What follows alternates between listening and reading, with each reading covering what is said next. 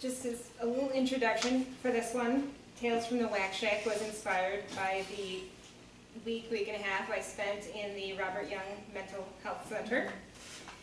And it was such a surreal experience that when I got out, I had to document it. It was like National Geographic for me. Yes. So, in a very long series of documentation, like a good reporter, very thorough, this is the first installment. Cellie number 1.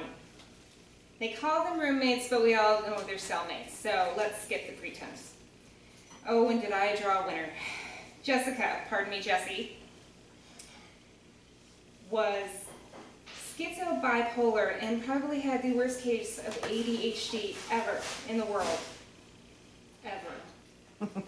Now, as you all know, the Pinkster is a progressive and has nothing but love for the GLBT community. However, it was a bit tiring to explain to everybody on the ward that my roommate was, in fact, not a man, but was a woman in transition.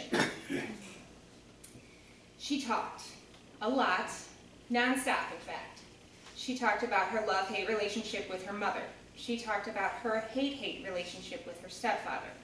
She talked about how her being locked up cured him of his impotence. She talked about her 72-year-old sugar daddy in Frisco, and about being locked up for grabbing a cop's gun.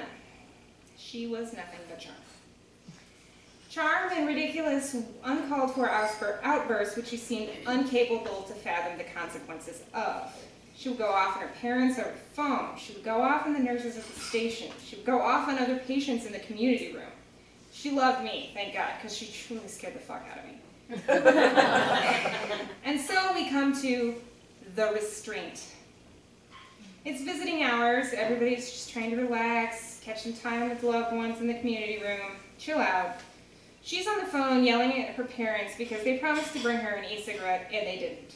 It's total contraband. My mom snuck me in one, but I didn't ask for it at the top of my lungs in a crowded room. After that meltdown, she proceeded to the nurse station and had another meltdown. She starts physically abusing the nurse's desk. Within 15 seconds, we're locked down in the community room. 3 policemen show up, hustle her into our room. My friend's gone to the bathroom and gotten locked out of the ward. I'm left to sit there and look at my door, wondering what the hell is going on behind it. Finally, after an hour, I'm allowed into my room. The police had tried to restrain her to my bed, which they mistook for hers, ripping off the cover of my second-best cookbook, not the Topper Garrett, thank God, and just fucking up my stuff in general.